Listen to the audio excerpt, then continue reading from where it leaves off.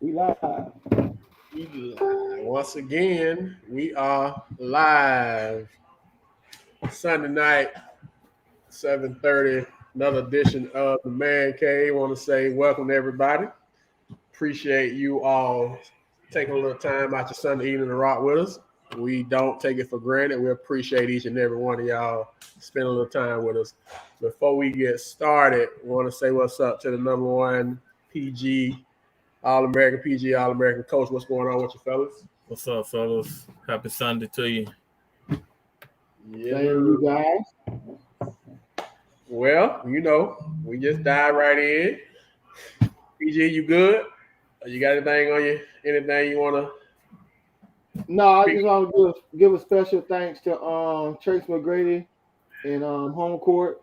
Tracy was in town this weekend and allowed us to do our top 10 photo shoot at the restaurant, and he actually took photos with the kids, which was real big. I didn't ask him to do that, and he just joined in, took a couple photos with the guys, and that was big today. I felt that was a real big thing we did today.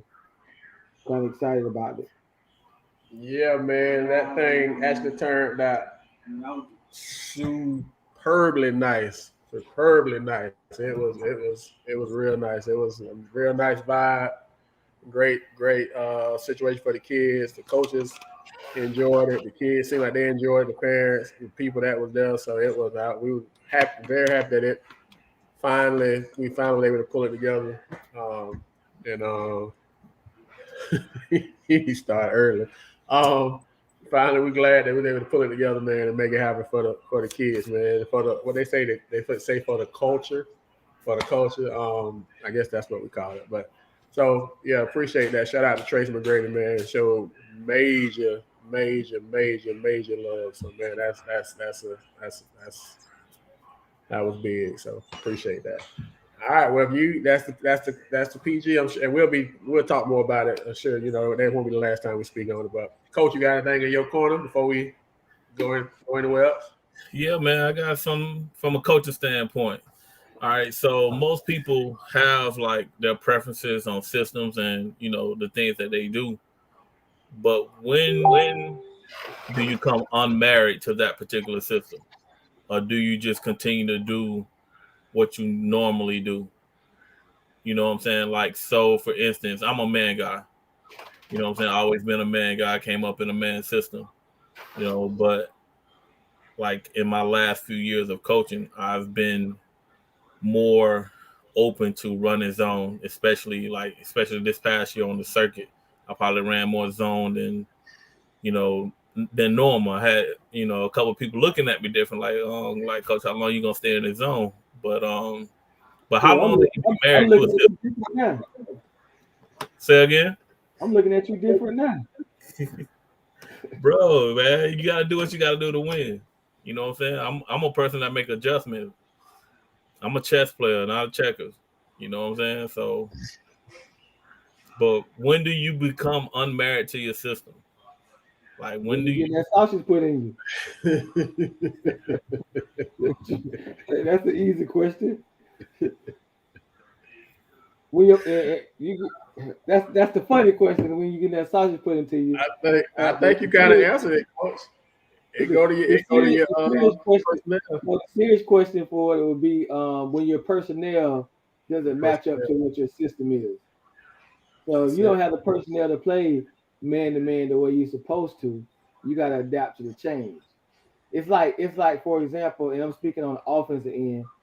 When John Thompson had Georgetown, what was he known to have before he had Allen Iverson? Big man. Big And man. he played power basketball. Mm-hmm. And then you get a once in a lifetime player like Allen Iverson, and now your whole system changes from what you used to doing. So it's the same way with the defense. If you don't have the personnel to match up to do that, then of course you got to make those adjustments. And there ain't nothing wrong with it. It's about improving and winning, like you said. But most of the time, it's about that sausage. You get that sausage put in you. Got to call it quits for at least a year. And I wasn't talking about just defense. That was just an example, but that's a great example by you in Georgetown. to be honest, Boeheim wasn't always a zone guy either. I remember, when he played man, but once he switched to a zone, he elevated, that program, to a national championship team. You remember when Boeheim had some really, really good team, but they could never win it. Could never win it. So I was just wondering, I think some coaches be married to systems a little bit too long and don't make that adjustment. So, it's important to have assistant coaches and to evaluate your talent, so you can maximize your team. Well, one thing that I know, speaking of Boeheim, I know they talk about it. They be playing like the games before conference play, like the games before the Christmas tournaments, whatever. They say Boeheim, when he in practice, all they do is work on man.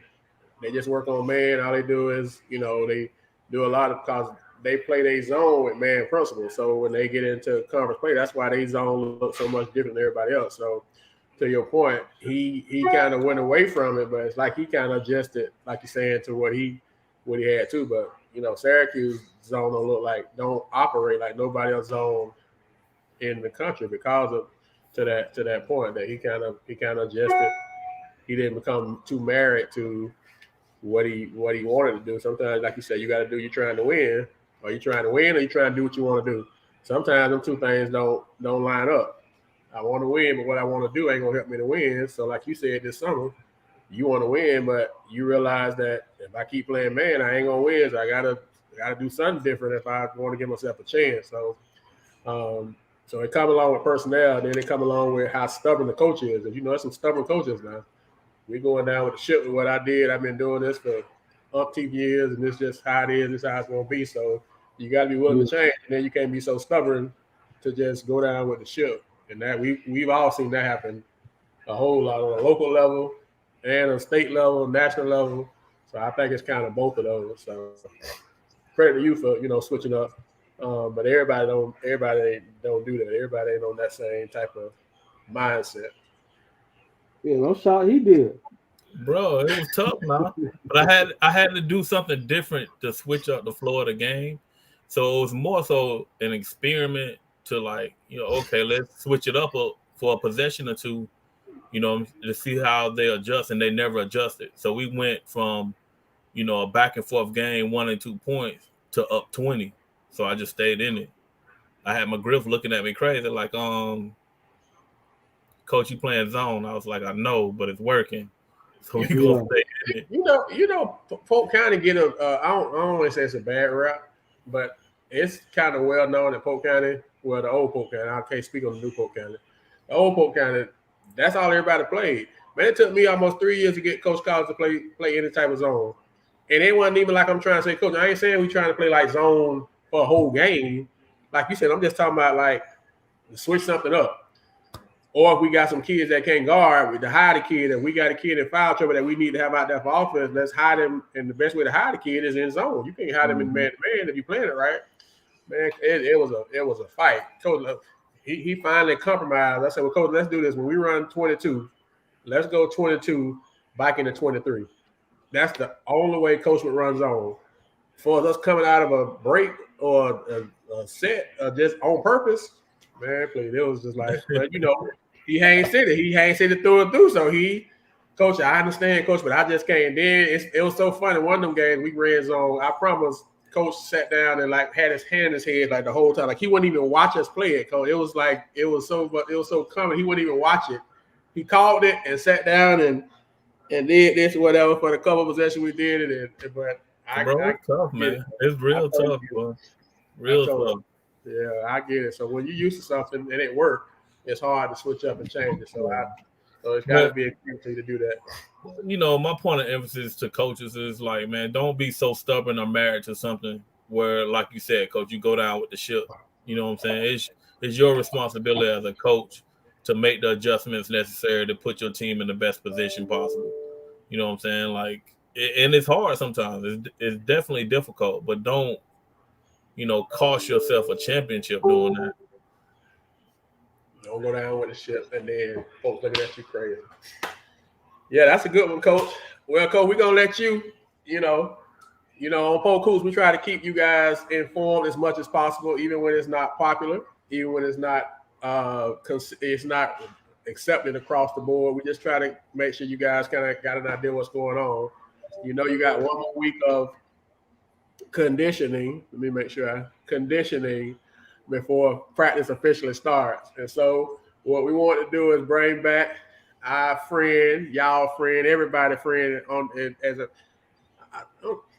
everybody seems to like Chip Clark. I don't think nobody got nothing negative. It's people have negative stuff to say about certain refs. Everybody got a ref they just don't like, and they just like, man, I don't want him. I ain't heard nobody say nothing negative about Chip. So that's a credit to him, So anywho, Chip is back in the man cave to kind of explain to you all a lot of the new changes. Him and Coach Billy D are going to explain it because they are the officiating experts on this. So me and Toom are going to kind of sit back and just kind of take it all in. They're going to explain some of the new stuff that's out.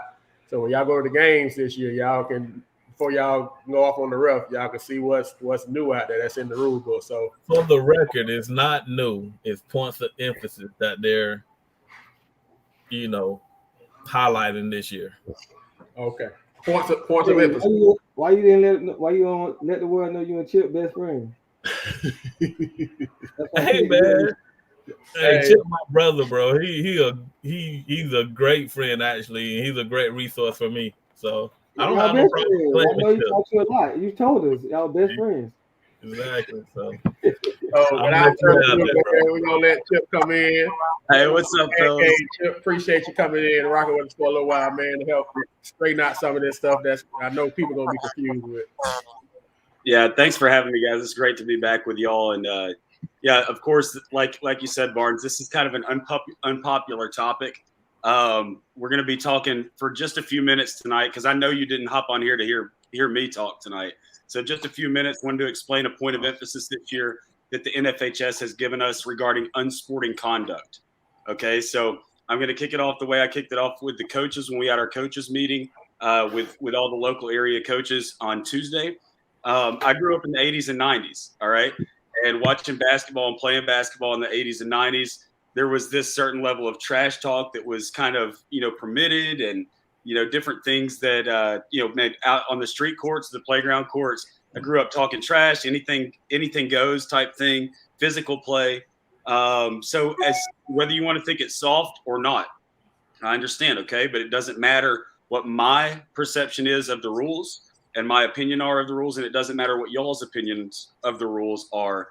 We have to do, as officials, we have to do what we are directed to do, all right, by the governing body. So I want to get that out of the way first. There's certain things that I may disagree with that we have to abide by, because that's kind of what it is. Yeah.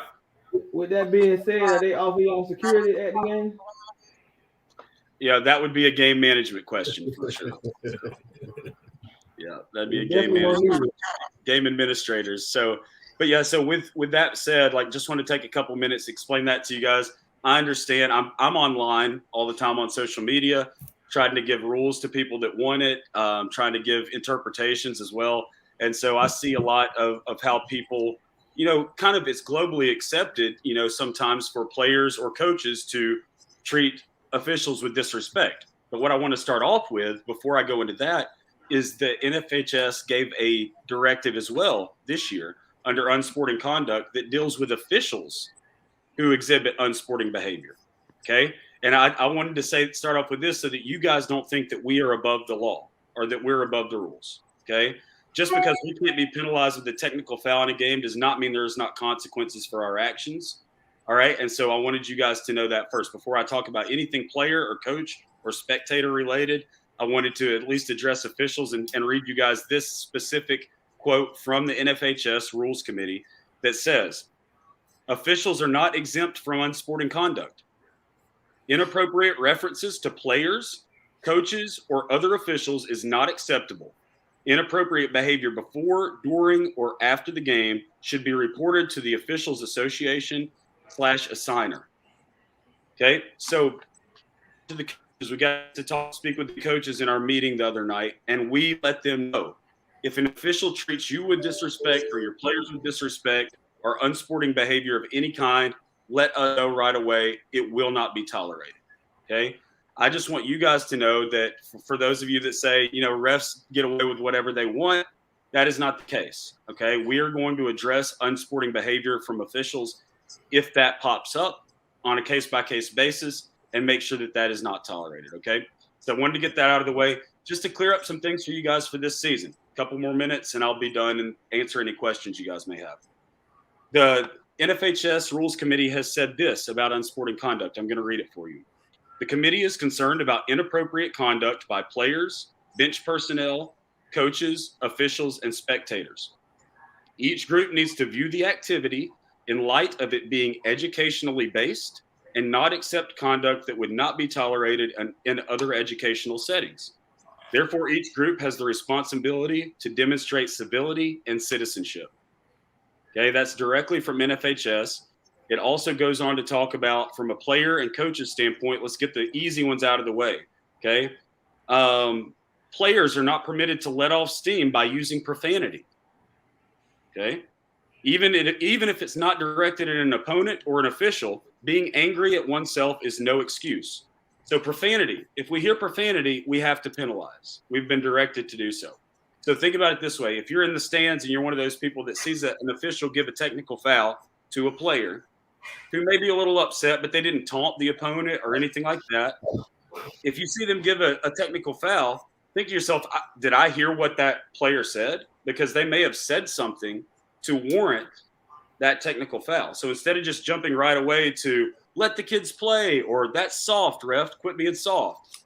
If you don't know what was said, you literally cannot have an opinion on whether or not it should have been given a technical foul or not. Okay. So just be aware of that. I'm not trying to chastise you guys at all because I get it. As a fan, when I watch sports, I can be the same way and I have to remind myself, I don't know what was said, so I really don't have an opinion on that. Same thing with coaches. It actually gives a specific instance on the team huddle. So let's say during a timeout, right? The team huddle is not a safe haven for coaches' bad language. Just as a classroom teacher should not verbally abuse students, neither should coaches use bad language when addressing their players. So if an official hears a coach, and I know this could be a touchy subject because when my coach in high school had strong words for me in the huddle, it made me play better. That was the style that really got through to me, right? But using profanity or bad language in an abusive way to their players, we're directed to penalize with a technical foul to the coach if they do that and exhibit that behavior, okay? So those are the easy ones. Profanity, that's easy. If we hear that, we have to clean it up. Okay, we have to get that. A couple of scenarios for players that I wanted to bring up, and a lot of people don't understand this. And this is a rule that's not a lot of people know about it, and there's some officials that don't even know about it. Okay, but a lot of times when we penalize players with technical fouls for taunting or baiting an opponent, people call us soft for that. Okay. They're like, they see it on the AAU circuit. They see it in travel ball where players are permitted to get away with a lot of taunting. Well, what they fail to understand is this, is when we give a technical foul, let's use me, for example. If I give a player a technical foul for taunting or baiting an opponent, I am looking out for them. And I know that sounds backwards, but I am. Because in the rules, if Toomer's playing and Toomer throws down on somebody's head, right? Dunk. And then he gets there and flexes in that opponent's face that he just dunked on. Or bam, tap the head right in their face. If that opponent takes a swing at Toomer, even if he lands the swing or not, if he throws a punch at Toomer, even if Toomer does not respond by throwing a punch, both players are ejected. Because the player who taunted was the one who instigated an eventual fight. He's the one responsible for the fight, or she's the one responsible for the fight. So just because if Toomer, even if he said F you, or even if he just got in there and flexed in the guy's face and got up in his face, and that player takes a swing at him, they're both disqualified. They're both ejected from the game, even though Toomer didn't throw a punch. So if Toomer don't throw a punch, what happened? Do what? If Toomer don't throw a punch, what happened? The kid that did the taunting, both of them still going. Both of them. No, I'm saying you said he threw a punch because he did that. So if the kid that only does this and Toomer don't throw a punch, Toomer still get thrown out the game? So No, yeah, it's a technical foul. so here's the deal. If Toomer was the one who baited or taunted the opponent, and the opponent responded to that taunting by throwing a punch, even if all he did was do this and taunt the opponent, then they are both disqualified from the game. So it's automatic ejection. There's no tech first. It's automatic. So y'all doing away with techs now. Y'all just straight. No, that has always been the rule. So that's why I'm telling you guys this is a misunderstood rule. So if a player taunts an opponent and that opponent responds by fighting, then it is classified, that taunting is classified as fighting in the rules because it instigated the fight, and therefore both players would be disqualified. That's been a rule for decades, but not a lot of people know about it. Okay, so we are using technical fouls. I'm saying that would be a flagrant technical foul, which means automatic disqualification for both players. So now if that opponent does not respond, if that opponent does not respond with throwing a punch, then obviously it would just be a technical foul on Toomer for taunting his opponent. So when we get technical fouls for that, we're looking out for the player. That is us saying that can't be tolerated. And if you do it and that person responded by fighting, you're both gone. We want to keep you in the game, Toomer. I'm giving you a technical foul. I know you're not happy with me about it, but I want to keep you in the game. Don't do that again, because if somebody fights you over that, y'all are both gone. So it's a way of looking out for you guys. Now, here's the thing. Players taunt. There's a few different examples of taunting. We see I already gave one where most of it is when it's directed at an opponent. Okay? There's some we're not trying to make the game soft. We're not trying to take the passion and all that out of the game. That is what makes this game of basketball one of the best games ever invented. Right? The passion, the roller coaster ride, the ebbs and flows of a game. We want that in the game. We want passion and excitement in the game. But there are ways to exhibit passion without taunting or baiting your opponent. I'm going to read one thing real quick, and then I'll answer questions. The NFHS in Rule 10.4, it talks about baiting or taunting an opponent. All right, so Rule 10, Section 4, it says the NFHS disapproves of any form of taunting which is intended or designed to embarrass, ridicule, or demean others under any circumstances, including on the basis of race, religion, gender, or national origin. So if it's intended to embarrass, ridicule, or demean your opponent, let your game do the talking. You know, we have no problem with you hitting a three and, doing whatever you want as you're running up the court. But if you step to that opponent, if you try to literally make it about you and that opponent and disrespect them like that, or flex on them, or get in their face, or any of that sort, then that's going to be a player technical foul. All right. Okay, so you can do it as long as you're not doing it at your opponent. I can still do this as long as I'm not doing it at Toomer. Exactly. If you're turning around, running up the court, and you're doing that, we're not going to do anything about that. Now, if the game's starting to get chippy, and we see that is if you see an official come and talk to one of the players on the court, we're trying to help them. Okay. So if we see the game starting to get chippy and then they throw down and then they're running up the court doing that, or looking at their opponent, like we may just come talk to them and say, hey, just be careful with that, man. This game's starting to get a little intense. No, just don't bait or taunt your opponent. Okay. So it may be something we talk to them about, but yeah, by and large, if you're not baiting or taunting your opponent, then no, it's fine. We want you to be able to celebrate. We want you to have passion, but there's just some things that you can't do when it comes to demeaning or disrespecting your opponent. Let your game do the talking and celebrate the way you want to celebrate. As long as it's not directed towards that opponent, we should be good to go. Okay, so that's so it can happen. So like you say, you read like the question that was in one question I just saw about the arrow shoot. So if they shoot a three, and you know how the kids do the arrow thing, if they're running down the court and do the arrow thing, they're fine. But if they do the arrow thing at an opponent, then you all go. Exactly. So that's one of those things that I don't want to use the word discretion of official, because I know everybody's mind will immediately go to, well, there's some officials I don't trust to be able to handle this, with discretion, So, but I will say this, as far as shooting arrows or anything like that, I would just say be careful. If it can be confused in any way with baiting or taunting your opponent, you probably want to steer clear of it. That's all I'll say about that. And if an official talks to you after that as a player, then maybe that's something that you need to course correct on for that game. But the NFHS has made it clear that any kind of taunting or baiting or unsporting conduct directed at officials, opponents, anything like, or fans, then it's not going to be tolerated. So, and then the last thing is for coaches, just to let you guys know, is they had talked about coaches. We have something in our tool belt is we actually have coaches' warnings. We can't warn players with an official warning in the book for unsporting behavior, but we can warn coaches.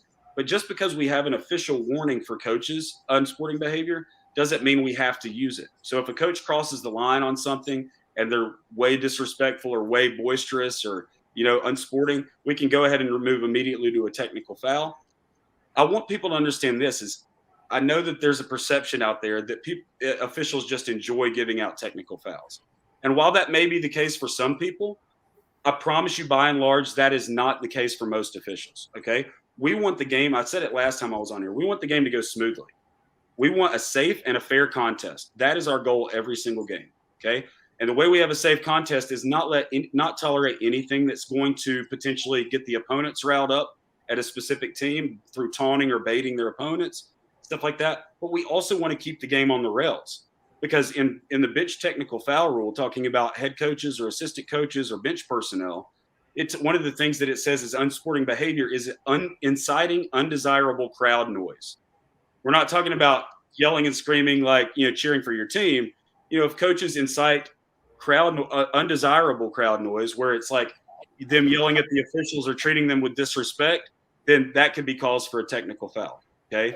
So it's not like we're trying to take the fun out of the game, but so if a coach turns around and does like this to the crowd, that's fine. That's fine. Yeah, that's fine. But I've seen this plenty of times. I've seen coaches turn. I'm not talking about our area. I'm not giving any specific examples, but I've heard on games that I've worked around the country, right? I've seen coaches turn around to fans sitting behind their bench and say, "Can you believe this BS ref or this effing ref?"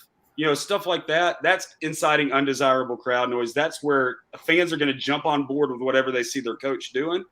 And if their coach is over there acting crazy, then they're going to act crazy toward the officials. So I have to say this.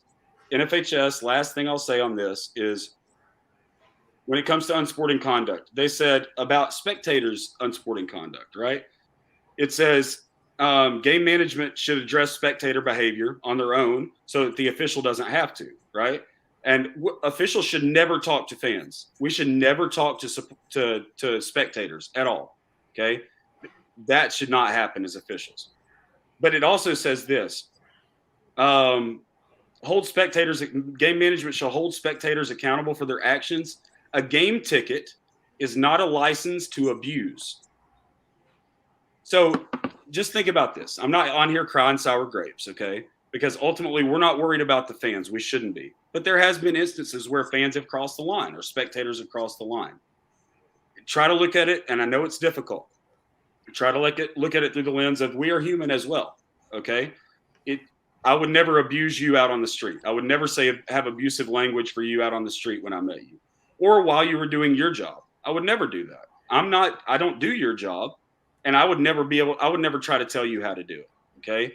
Now, obviously fans can say, they're going to yell stuff from time to time. That's absolutely fine. But if you make it personal to official or you abuse an official or even step down onto the court to try to talk to an official or get in their face, things that we've seen before, those are things that game management's going to have to be getting involved. And we're instructed to meet with game administrators prior to every contest to make sure the standard is set and expectations are set for how they handle spectators and their behavior, okay? So I would say just consider, not abusing officials this year, all right? And we're going to, on the back end, make sure that our officials, just like we've communicated them, and this is the reason Billy wanted me to come on here tonight and be the bad guy, is thanks a lot, by the way, Billy. Appreciate that.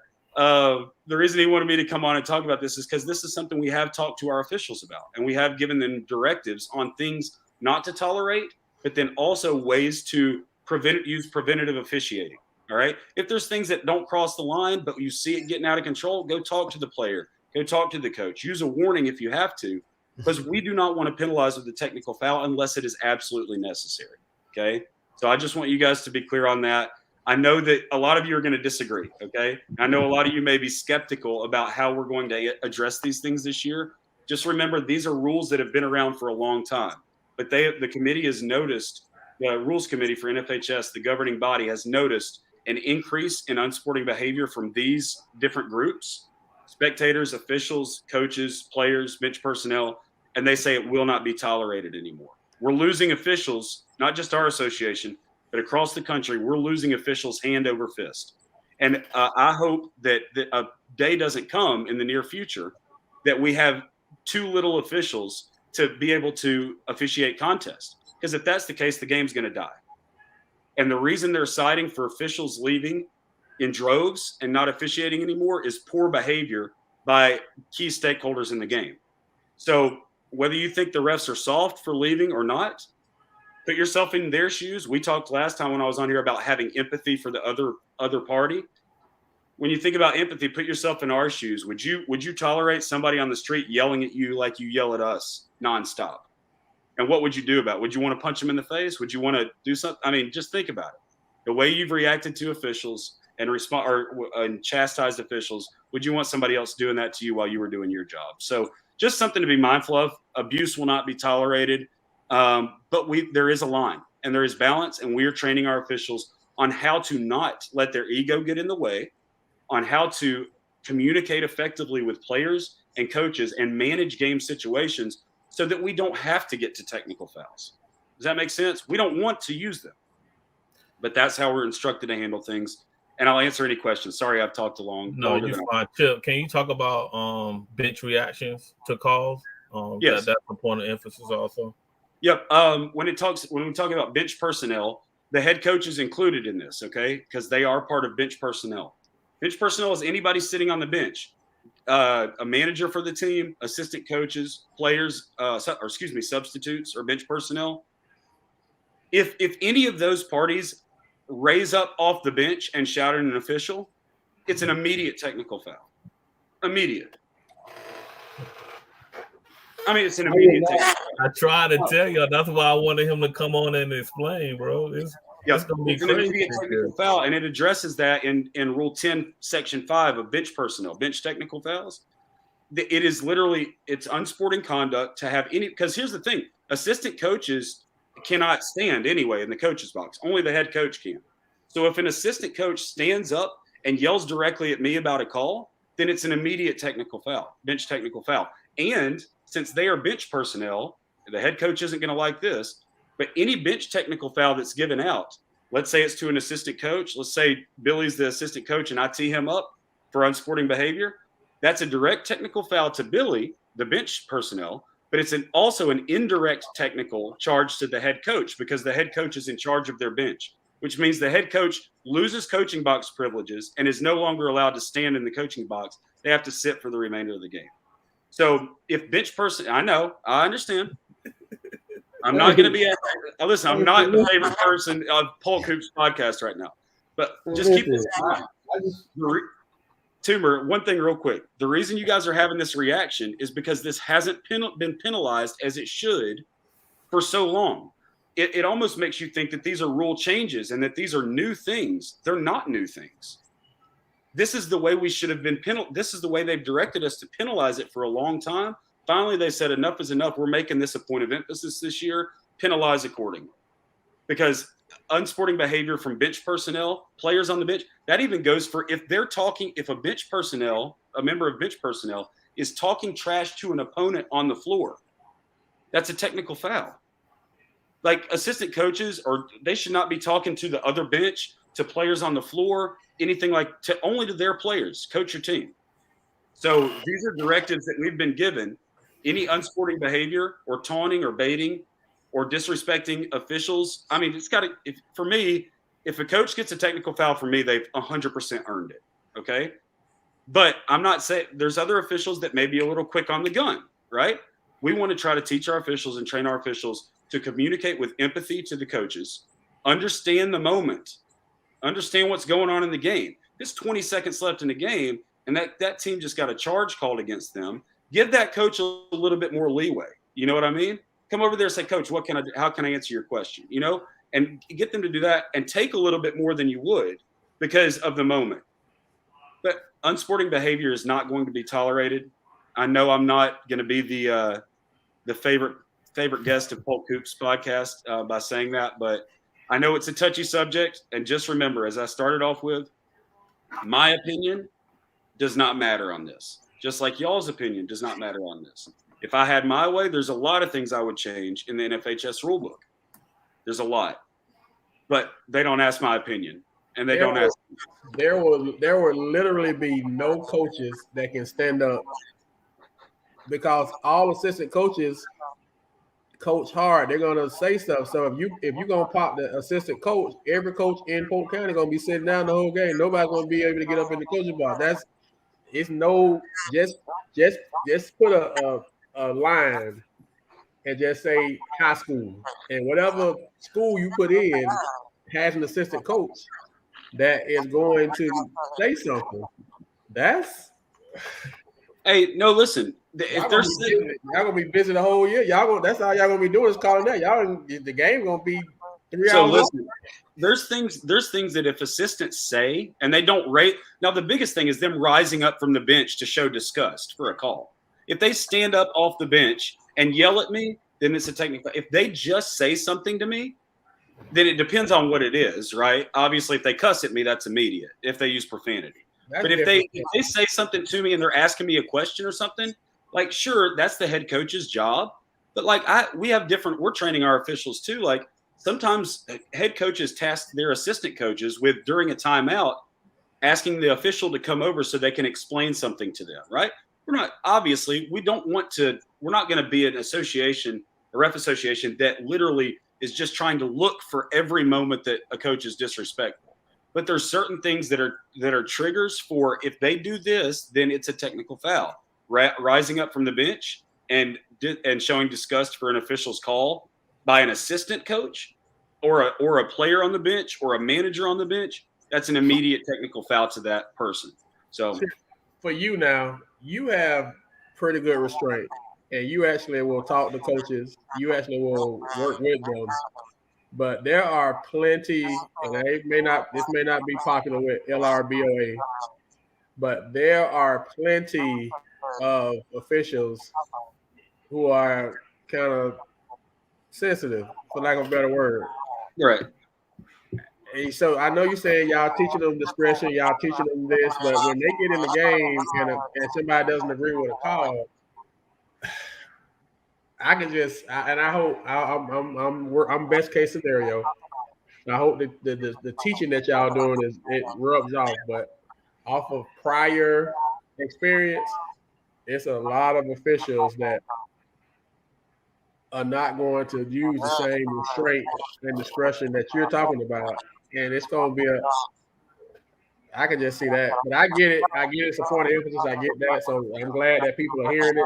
They got time to digest it. But that's well, and listen, if assistant coaches are asking us a question, okay, like that's a different story. We're talking, and I see some of the comments and they're legitimate concerns, you know.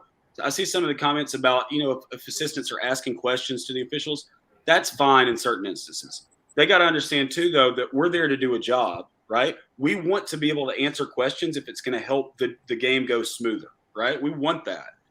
But there's times and places to do that. Assistants, if you're asking us a question, you might want to wait till a timeout or a dead ball where your coach is talking to a player and you're just sitting there.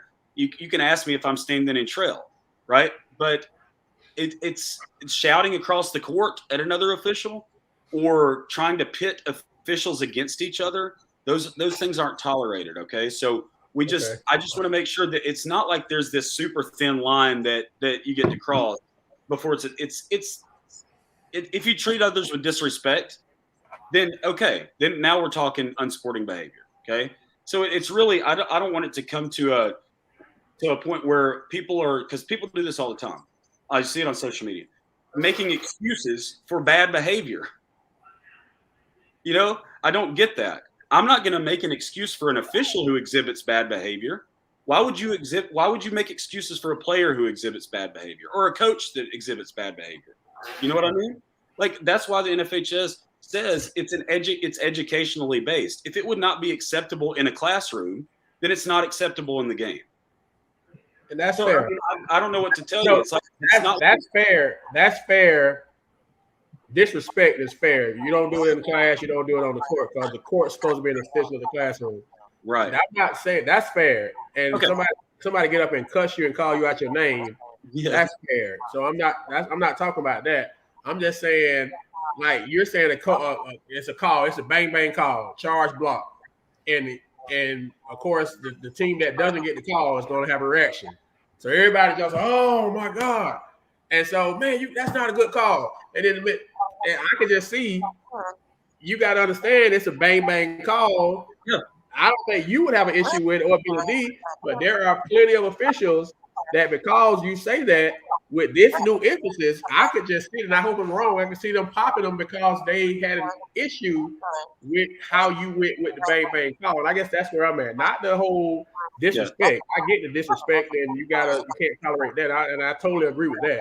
Right. But I can see some people taking this and running with it in a way that you all have not intended for it to happen, because now it's almost like they got more, I don't want to say power, but I guess that's the word. But I mean, and we don't want our that's a good point. We don't want our officials to feel that way, that they have more power or that stick out your chest type. We're trying to eliminate ego from our profession because it gets us in trouble.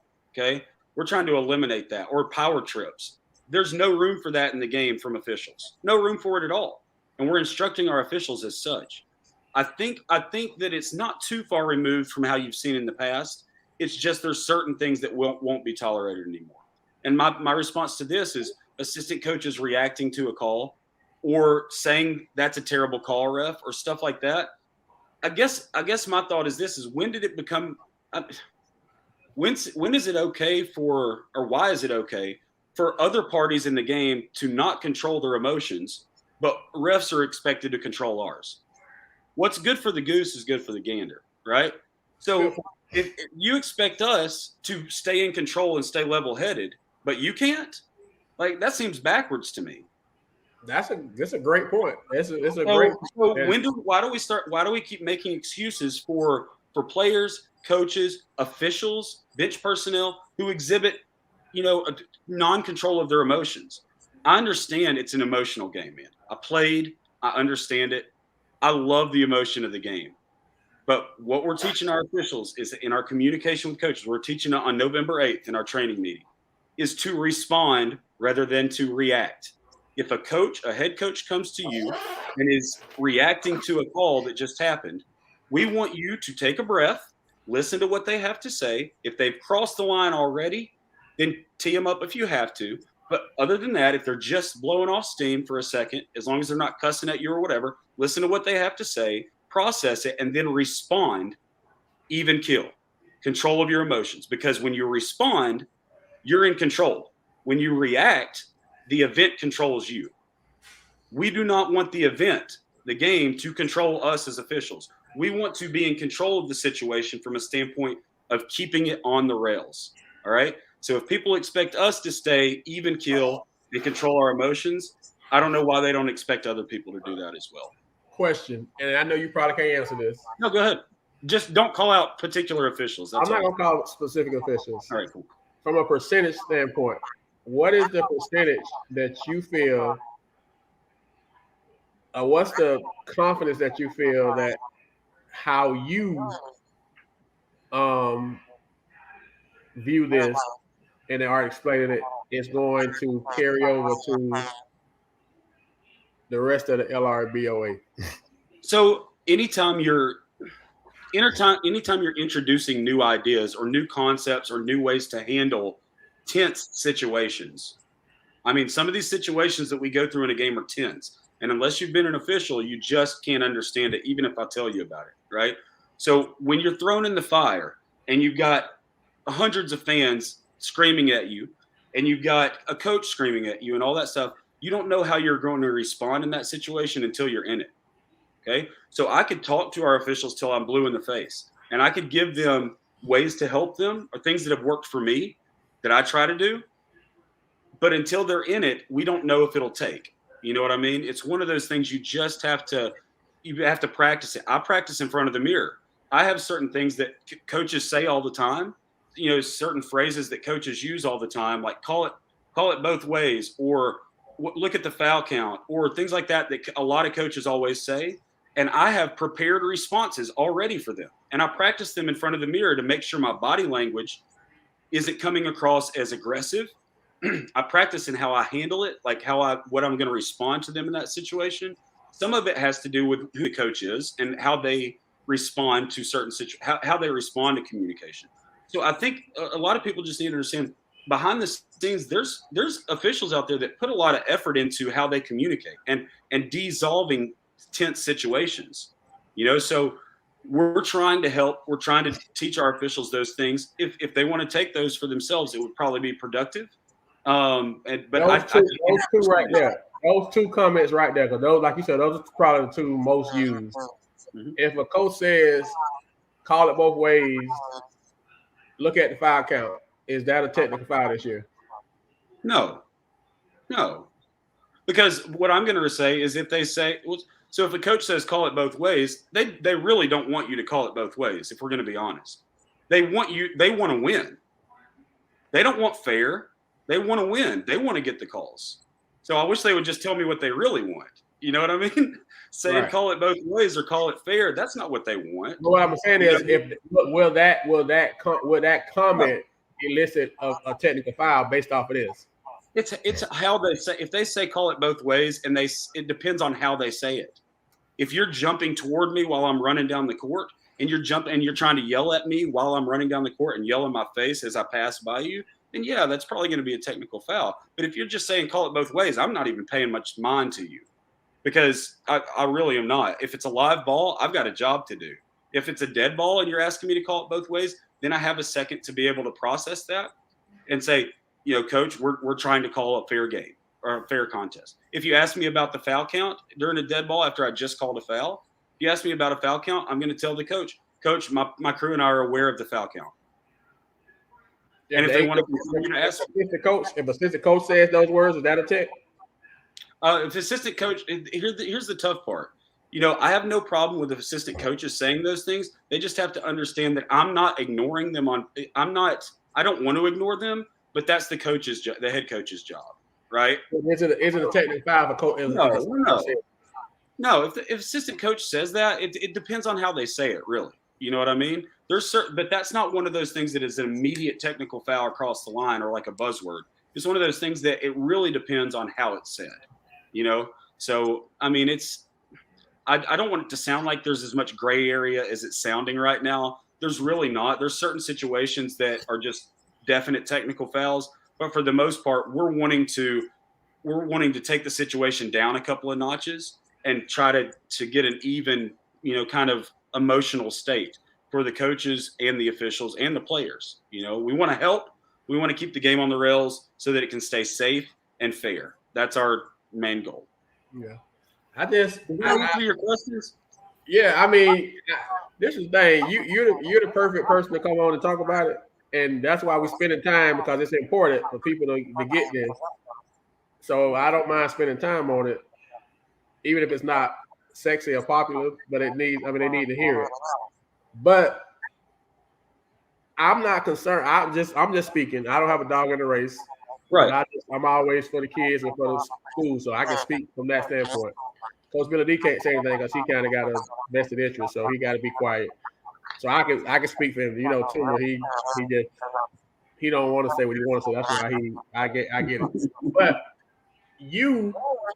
I don't worry about you using discretion. I don't worry about you being able to separate it and keep your emotion out of it and just make it about the game. I do worry about a lot of your fellow brethren from past experience. Let me say it that way. From past history. I don't know. Maybe the new training, maybe the new stuff that y'all are doing will help. But from past experience, I just if I'm now told I can pop an assistant coach, because you're gonna say, if I tell you look at the foul count, you're gonna say, Coach, we're looking at it, like you just said. Somebody else gonna take that as, what you're trying to say. I'm trying to cheat. It's not That's exactly how we think. and that's going to automatically get you as a tick. It's like, Oh. so now I can't say nothing. Like, you want me to be over here and just be muted? I mean, like, you know what I'm saying? So I got plenty of confidence in you. Just being honest, I don't have much confidence in some of your brothers. And we're all different, right? So I get that. And listen, I'm not above reacting. You know what I mean? It takes everything I have in me some nights to not fly off the handle and react the way I would have when I was growing up or when I was in high school. Little known fact, Quarren said it the other night to the coaches, but I was the same way. I got a ton. I got the most technical fouls of my high school basketball team of anybody, and I got them all the time. I have a temper. I have a really bad temper, right? I've done over the course of my adult years, I've done a lot to suppress that. And now I use techniques to help me stay calm, but I'm not above reacting and flying off the handle. So it takes a lot of patience. I have to just breathe and do some techniques that I've used when it's in the game setting. I can think of a few times over this past year and the past 2 years, certain game situations that I won't forget, where I was sitting there on during a timeout while everybody's booing the heck out of me and yelling profanity at me from the stands, where I just I just had to smile and kind of laugh a little bit because that I don't want to react negatively. So I'm not above that. It can happen to anybody. I understand your frustration on certain things or your concern, not frustration, but your concern. Okay. And so what I would say is we're give us a chance this year. I feel like our training can help some. Okay. All right. I really do. Give us a clean slate this year and let's see how it goes. Now I saw some people comment, how do we report refs? You don't. The coaches have been instructed to let us know of any little thing. All the coaches have been instructed to let us know, the association, of any little thing that goes on from a standpoint of officials treating others with disrespect in the game. All right, they are told to notify us right away. Fans and spectators who do that or try to post it all over social media, it's not a great look. Obviously, you can post whatever you want to post, right? It's not a great look. I would say before you hit send and before you hit post on social media posts about officials, put yourself in their shoes. Try to do so with a little empathy, and you may be very upset and very frustrated with how a situation occurs. But I would ask you to do what you expect officials to do, which is try to remain calm and understand at the end of the day, this is about the kids. Okay, this is about the student athletes, and try not to make it about you. The same thing you would expect from us, officials, not to make it about ourselves. That's what we expect from you guys too. Chip, it's a question in the comments. I know the coaches had their meeting for that training. Yeah. They're asking about the officials training on November 8th. Can they attend? So what I'm going to do, are you talking about coaches? Yes. Are asking that? Oh, I see. Actually, yes. For coaches, I've already posted our coaches meeting on our website under the coaches page of the lrboa.org. You can go there and watch that. As for the 8th, I'm going to try to record that one as well so that I will put that on the website for you guys to view. That will be an in-person meeting, and we really want our officials we want to keep it to our officials for that one because there's a lot of stuff to cover. I have no problem with coaches sitting in from time to time. This one, we're going to be going over a lot of information, and we're going to be talking specifically about communication with coaches and players. So I want our officials to be in a level of comfort zone and not have other coaches there.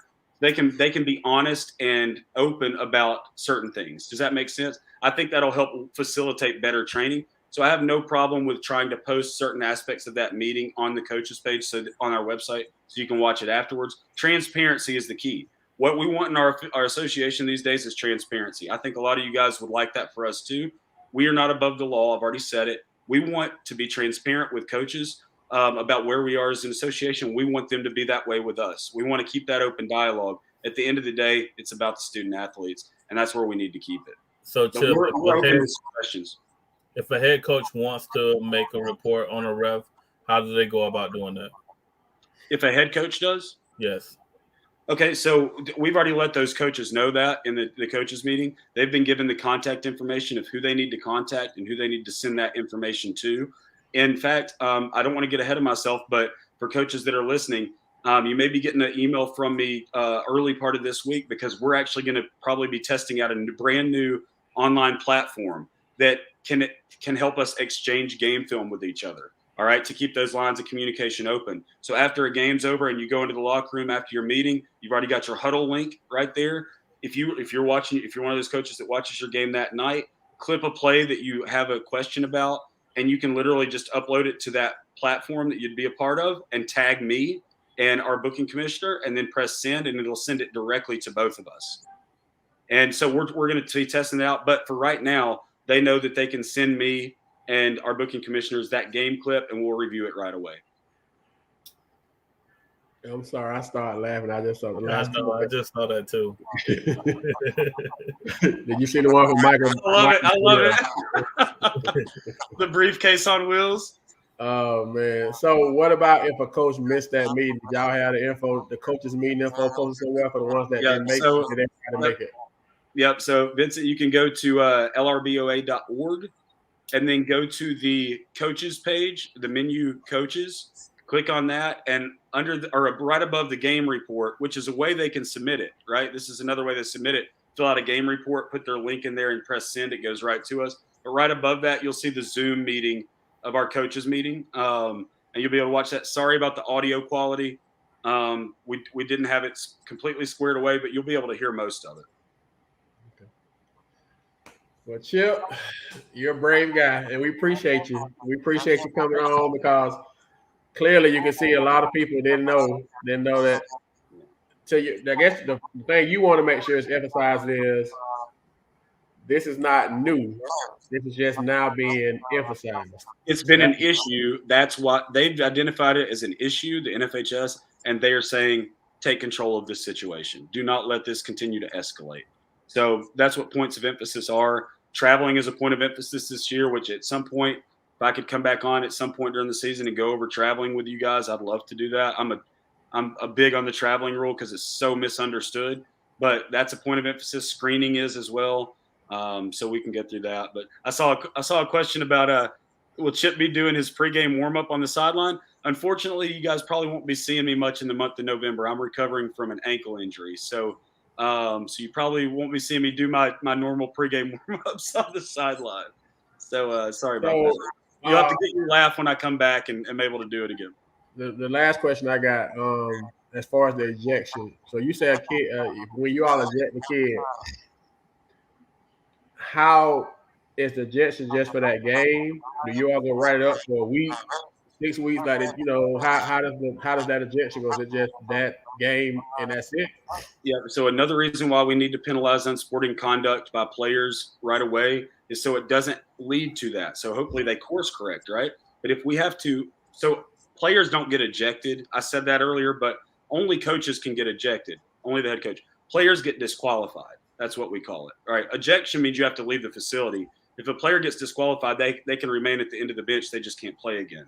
But if a player gets disqualified, we have to write a report up. The referee on the game, the crew chief, has to write up a report and send it to the state that night, and let them know every little detail of what happened. All right. And then when they review that film, if there's film on it or whatever, and the refs we better not lie on that report. We're not going to lie on kids. We cannot lie on kids. All right. But we better not lie on that report, because we're going to be held accountable if we do. We have to give facts and only facts.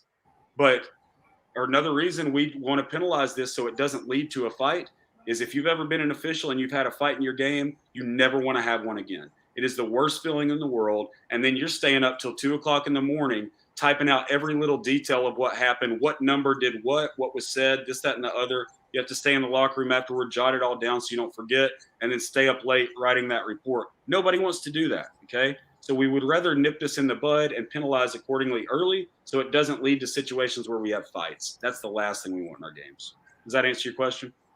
It does. I just know, how sometimes that because of the taunting could lead to multiple games. I guess that's my thought. Oh, yeah. And if it's one game and it ends up being a fight, which is already unfortunate, does that one incident that ends up to a fight carry over multiple? So that, after I submit that report, this is what I was going to say. After I submit that report, or an official submits that report, it is up to the FHSAA to enact any other further penalties. The only penalty we give out as officials is we disqualify them for that game, the rest of that game. After that, and after we submit our report of what happened, it's up to FHSAA, and they work in tandem with, I believe, the county to figure out if there's any other penalty or suspension that needs to happen based on the level of what occurred. So if you fight, it's probably going to be multiple games, But if you get 2 technical fouls for random stuff, one was unsporting, and another was, something else, then it may not be any suspension at all. Probably won't. But if it's bad enough, then they'll decide to suspend. Right. And the last thing, I mean, you leave, and we appreciate your time, but the big thing is we're trying to make the court an extension of the classroom. So if it's not allowable in the classroom, it's not allowable in the court. And hopefully that's what most people take away from it. I know a lot of other stuff was said, but hopefully if they can take that, then I guess you guys got one more question. I'm trying to let you go, but questions keep coming. What's the rule with in-game announcing? Yep, and that's a great question. It is not allowed. During a live ball, announcers on the PA, I think that's what he's asking. Announcers on the PA cannot talk during a live ball action. So while the ball is live, announcers cannot be on their microphone saying, like trying to get the crowd riled up or anything like that. If that was the question, that's the answer for it, if that was what you were asking. So while the game is going on, they can't talk, they can't say such and such with a 3 and all of you, so you can't do it. There's certain things, but while the ball's being brought up the court or this, that, and the other. So like if they say, so and so for 3, like, okay, fine. But after that, it's not, you can't be talking while the other team's bringing the ball up the court. You know what I mean? During live ball action. Now, technically, after a made basket, the ball is dead. So as soon as that ball goes in the basket, by rule, the ball is dead until it's at the disposal of the thrower for the throw-in. So you say something as soon as the ball goes in the net, you're technically talking during a dead ball, right? So as soon as that ball's thrown in, hopefully all that, so-and-so for 3 or whatever. But if you're calling out assists or rebounds or all this stuff, like, no, man. I mean, we don't need it. And that's the reason why the band can't play during live balls either. So the band can't be playing during live ball action either. So is that a check on the coach too? No, we go over there and we say, hey, can you cut that out? If they continue, because there have been a couple of gyms where the announcer has continued to do it, then we need to take matters into our hands and say, hey, if you do this one more time, it's going to be a team technical foul charge to your team. And then they usually stop and we make sure the coach knows, so the coach can say, cut it out. They've already told you 3 times. We don't want a technical foul. We're down by 2. Okay. All right. Last question. Coach Johnson just asked, worst case of fight breakout, and you see it right now. Coach Johnson question, then we'll let you go. All right. In worst case, a fight does happen and a kid is provoked, but that action isn't witnessed. Is that reviewable by film? So as far as, which hopefully we never have a fight anymore. It's the worst thing ever. But if we ever had a fight, all right, if we have a fight again in one of our games, we're reviewing the whole scenario. But there's only so many things we can do as officials. We're gonna train our officials on that game, or actually give feedback to our officials on that game about, hey, man, you did a good job on handling this situation, or here's what you could have done better. But it's out of our hands as far as what happens after the game is over. We don't have a monitor in high school. We do in college, but in high school, we don't have a monitor or anything to review what happened. It's one of those things where we have to be in the right spots to see everything that's happening. And you really the unfortunate thing about it in high school, without a instant replay monitor, we're going to miss stuff. If you got 7 players running off one bench, and 2 players sitting there on the bench on one, and then another bench, you got 4 of them running off and 5 of them staying on the bench. We're supposed to have an official watching both of those and taking mental notes of the numbers coming off the bench. Because if the player comes off a bench to participate in a fight, they're out. They're disqualified. So they've got to take note of all those numbers. Sometimes we tell them to go to the table, start writing numbers down of anybody that came off the bench. And the other officials on the court are trying to break everything up and watch that. That's why you never want it to come to a fight. So if you see us penalized with a technical foul, that's our way of saying, man, enough is enough. You got to get your emotions under control. We do not want it to lead to a fight. Does that make sense? It makes sense. Coach Billy D, anything else? Hopefully that answered your question, Coach. I'm sorry if it didn't. Hit me up personally if you have a question about that I didn't answer. Okay. Coach Billy D, anything else? No, I'm good. I just wanted him to get on and explain that because it could really affect, games going forward this year. It's going to affect games. And we hope it doesn't. We hope that even me talking tonight is going to help caution people on certain things. You brought awareness, and I can tell you, I'm going to send a message to. I mean, I know it's coaches on here that's watching, and I know coaches watch it like a day or so later. But I'm going to make sure I send a text message to all the coaches. Hey, you all need to go watch this, even though you all have already had the meeting. Some of these questions may not have came up when y'all did the training or whatever. Y'all need to go, just watch this so you are aware of what's happening. What's the points of emphasis this year? Right. Not the new rule change. Right. But points of emphasis.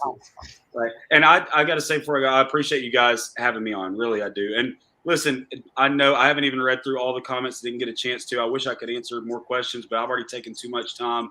But thanks again for having me on. I understand, guys. I understand. Don't shoot the messenger on this. I'm just telling you what we've been told and directed to do. But hopefully you'll use this as a caution with your students, with your kids, and let them know, hey, there's some things you just need to be on your P's and Q's in the game, and give it your all, have passion, have fun. That's what it's all about. Just don't do it at your opponent's expense, unless it's with your talk. Let your game do the talking, is what I'm saying. So let your game do the talking. Well, we appreciate you, Coach, and we're gonna get you back on. Though I know you say you want to talk about a couple more things like traveling and that other stuff. So we'll probably get you on like right before they start the tip-off classics in a couple of weeks. Yeah. Coach Billy D working out with you with that week. That week they're about to start playing. Maybe we can work it out that day then. That'd be great. I'm happy to any chance I get. See how your schedule is, and then we can get you on there to kind of do that too. All right. Sounds good. Sorry I took so long, man. I'm long. Try to keep it 10 minutes. But thanks for the questions. Y'all have a good rest of your show, and thank you guys for watching. No problem. Right, appreciate you, man. Talk to you. Appreciate you.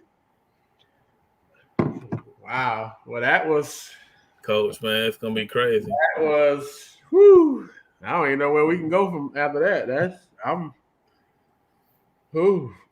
So we got parents, we got fans, we got assistant coaches, we got head coaches, we got water boys, we got managers, we got game day announcers. Everybody on notice. Everybody.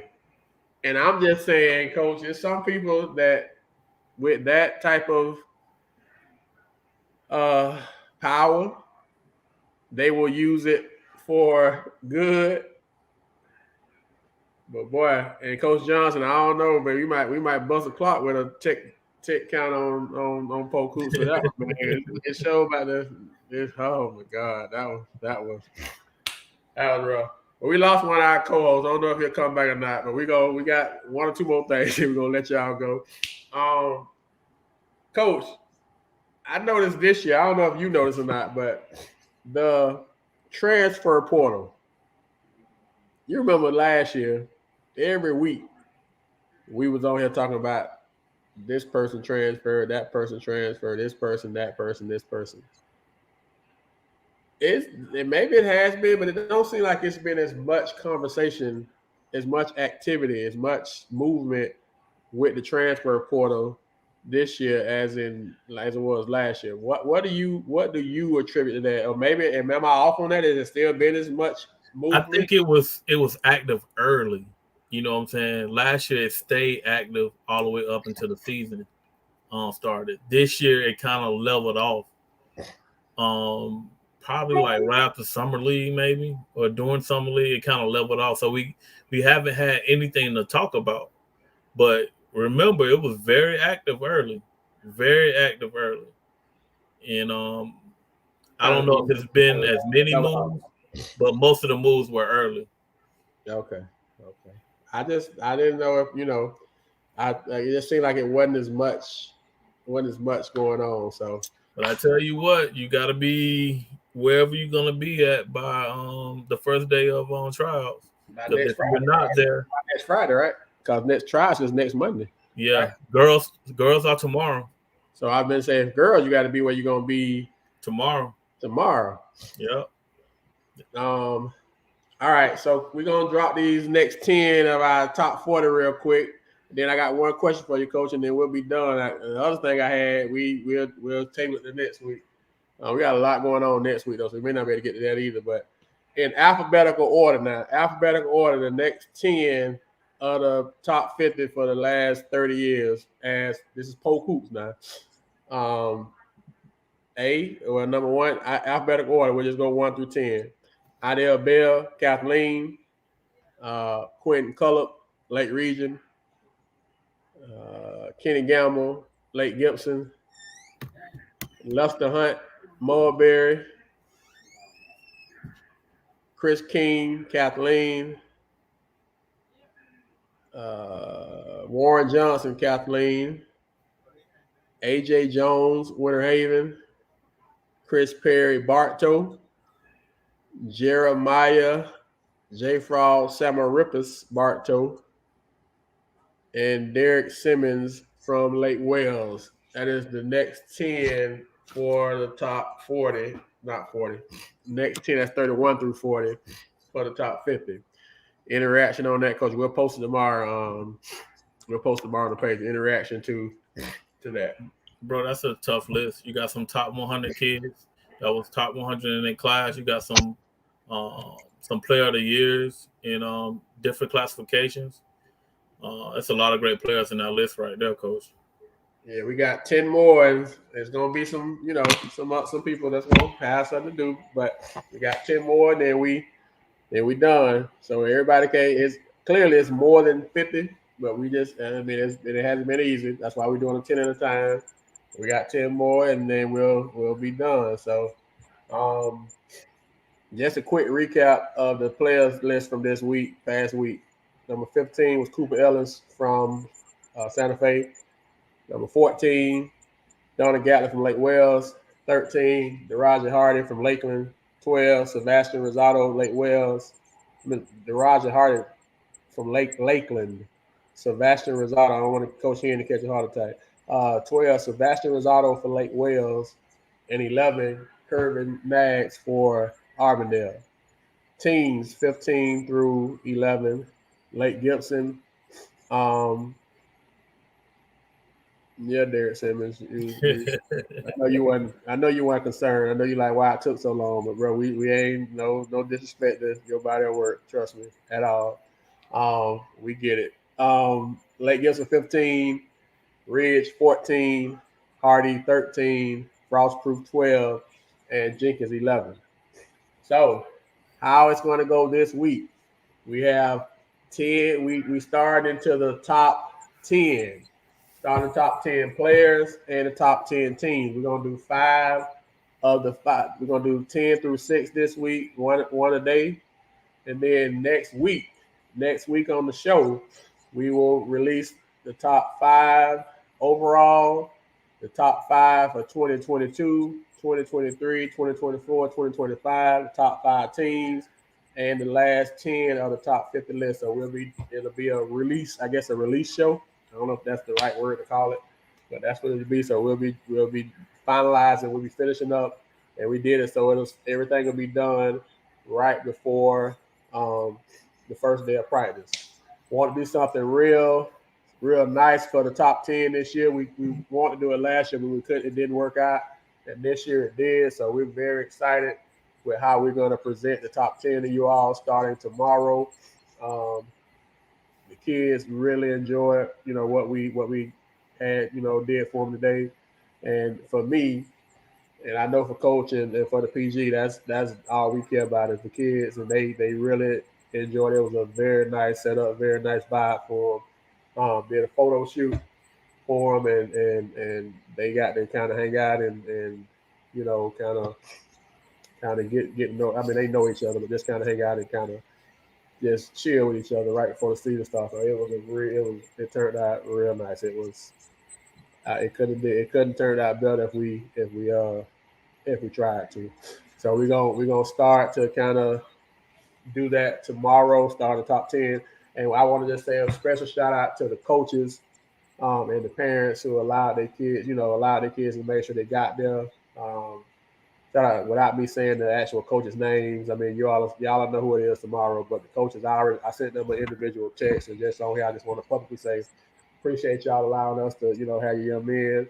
They seem to enjoy it. They seem to, take it in and have a good time with the moment. So thank y'all for that. Thank you, parents, for that, because we know you didn't have to do it. It was on a Sunday afternoon. So thank you for that.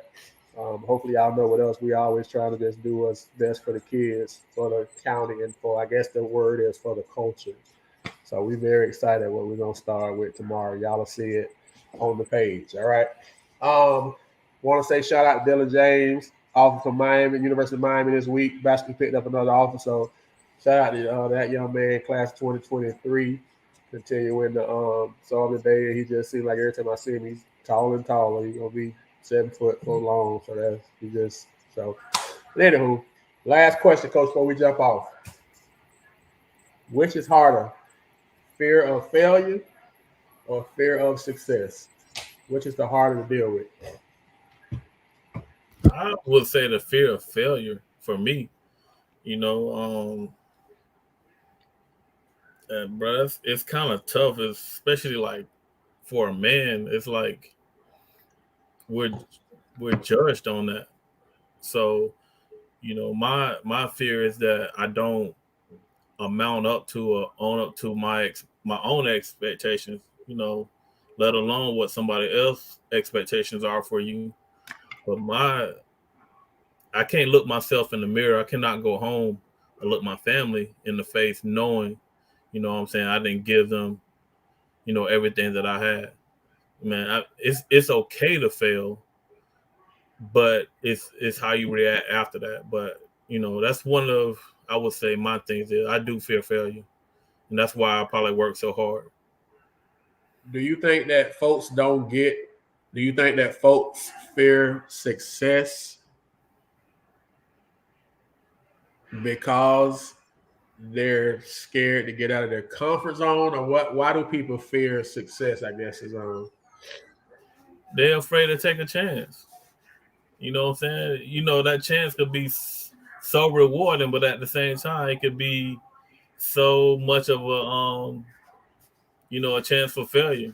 And some people just afraid to step out there. You gotta step out on faith, coach.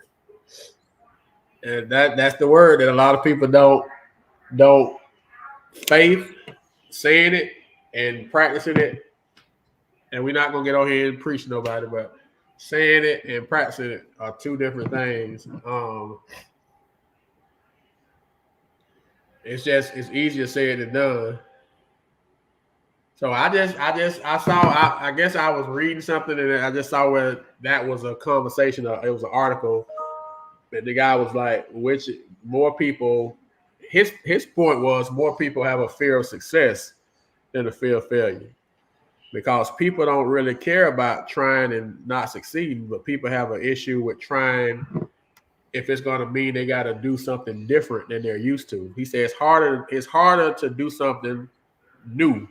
It's harder to do something that you're not used to or something that you're not comfortable with than it is to do something to just fail, which I thought was an interesting viewpoint because, so that's why I figured I would ask both of y'all.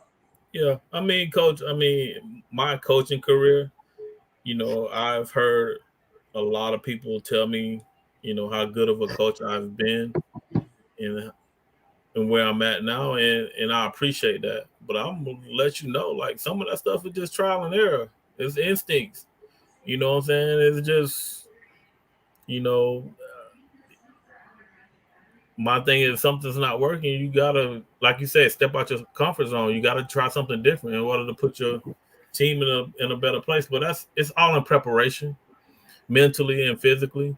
You know what I'm saying? If you're not ready for those situations, more than likely you're gonna panic. And my thing is, I'm not gonna panic, because if I panic, my players are gonna panic. So I just try to be an example for them. Coach Johnson, is it different? You say it's a coach question or a player. Is it a different answer based off of who it is? Does it become a different answer? Or is it the same answer? And Coach Higgins, I agree with you. I mean, different. Everybody don't like to be different. It's easier just to stay the same than step out and kind of separate yourself. That's an interesting point. Do coach? I really feel like players have a fear of success because you're in high school, you're in that comfort zone, you're that peer pressure. You don't want to, just like in class. It used to be a thing about you could be a real smart kid in class, but you in there with your homeboys or you in there with the crew, and you don't want to look like you're the smartest person, so you won't show it. You'll just be content to be quiet and just be right there in the middle of the pack where the teacher asks a question and you the only one in the class that know it, but you won't answer it because nobody else can answer. You want to look smart. It's like smart wasn't cool in high school, so it's like you content with being in your comfort zone. So you have a fear of success. You have a fear of being shown that you have more ability because of the circle that you're in. So I think for players, yeah, Coach Johnson, that's what I'm saying. I just think that players will fear success because they don't want to separate themselves from their peers, and that peer pressure. And I tell people all the time, we grown-ups and we can say you shouldn't do that, but we not 16, 17, 18 no more. We don't know what they have to deal with in the hallways and at the lunch table and on social media now, which is so big that we never have to deal with in high school. So it's a lot that they have to deal with that we can't relate to. So we can sit there and say you shouldn't do this, but we're not walking in the same shoes that they're walking in. They're not walking in the same shoes now that we walked in when we were in high school. And so understanding that will help you to understand some of the stuff that these kids go through. At least that's in my opinion, because they got a lot more they're dealing with than we had to deal with. So yeah, Coach, that's just a good good one to end on. I just want to kind of always pick your brain on it. So anything you want to say? I know girls get started tomorrow because I know I was at Wingstop. I won't say the coach name, Coach. I went by Wingstop on my way to work Thursday. Just stopped by, got me a little lunch, and the one of what? Hey, Dr. Barnes, and I was like, hey, how you doing? So then I got a bone to pick with you. I'm like, oh Lord, what I did. So, well, let me say what. Let me call you how I want to call you for the bone I got to pick with you. Polk Hoops. I'm like, oh Lord. So Polk Hoops, you do all this for boys. When y'all gonna start doing stuff for girls? I'm just like, oh Lord. So on behalf of that coach who shall remain nameless, shout out to all the young ladies that are about to start their seasons tomorrow officially. High school girls basketball starts tomorrow across the state, including Polk County. So good luck to all those young ladies that's trying out, all those young ladies that's already on the team, getting ready to chase your dream. Shout out to every girls basketball team, player, coach, parent, stakeholder, score announcer, manager in the county. Shout out to girls basketball. Good luck, Coach. I know you got something you want to say about it because you in that realm, but I want to make sure for that coach, and I'm not going to put you on blast and say your name in the school that you with, but I know you watching. So here I am showing major love to girls basketball. We love girls basketball. We're not ignoring girls basketball. We just, it is what it is. So, all right, Coach, I'm off. Coach, you good, man. My girls basketball team, Billy Deacon has this better than me, but I'll say if I had to take a stab at it, I would say Winter Haven 1, Haines City 2, Lake Gibson 3, Bartow 4, and I don't know who 5 would be, but that would be my 4. So Coach Billy Deacon answered that real quick, better than me with girls, so that's what he do. Man, I'm only worried about LBD, bro. I'm not concerned about everybody else. We just trying to get better over there. Okay. All right. Well, I got 4 of them, Coach Higgins. I did 4. I don't know what Kathleen. I know Kathleen's supposed to got a young team. I think they got a freshman that's supposed to be pretty decent over there. I know Winter Haven got a couple of freshmen. I know that one of the freshmen is my son's cousin, and they feel pretty good about her. So I don't know a lot about. I know Lake Gibson got some girls coming back from what I understand, but I'll admit, I know Bartow's excited. They got Coach Payne, who's been on here before, coming back home to coach. So it's a lot of excitement. It's supposed to be with tough.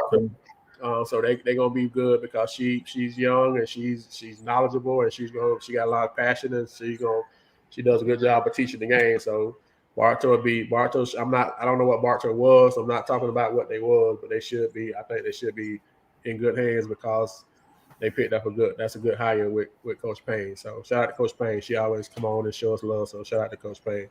All right. Well, we're gonna let y'all go, man. So like I say, next week it's Halloween. I got to make sure I get somewhere that I can't have people knocking on the door while we dropping these lanes and asking for candy. So I gotta hide out somewhere. But next week is Halloween. It's the show reveal. It's the top 5 show reveal. So as we get ready for the guys to get going for the season. So y'all be safe this week, man. In about at school. I know the big city game this week in Lakeland is Lakeland Kathleen. I know on paper it's a big city game. I don't know what it's gonna look like on on the field, but it is Lakeland Kathleen week. So y'all make sure y'all be safe if y'all going out to football games. Like we always say, make sure y'all be safe out there, man. Take care of yourself in school. Make sure you take care of yourself. Whether you believe in wearing a mask and all that kind of social distance, whether you believe it or not, please protect yourself, man, because it's real out here. It's not a game. And if you love people, man, make sure you tell them because you just never know. Make sure folks don't have to worry about or wonder how you feel about it. Make sure they know how you feel every day. That's just my soapbox thing. I'm gonna make sure the people that I love know I love them. They ain't gonna have to worry about it. And how they feel about it is on them, but it's gonna be intentional because you just don't know. All right, Coach Higgins, I know y'all gonna be ready to go. I mean, I can't speak on Kathleen because they say I'm biased. I can't speak on Kathleen football or Lake Gibson football because they say I'm biased. So I just kind of talk in general. I never talk specifics with those two. I was told I can't a couple years ago. So, but good luck to everybody, man. Good luck. Y'all be safe this week, and we will see y'all next week. And until then, Polk Hoops, we are out. Y'all be safe out there, man. Thank y'all for rocking with us as always.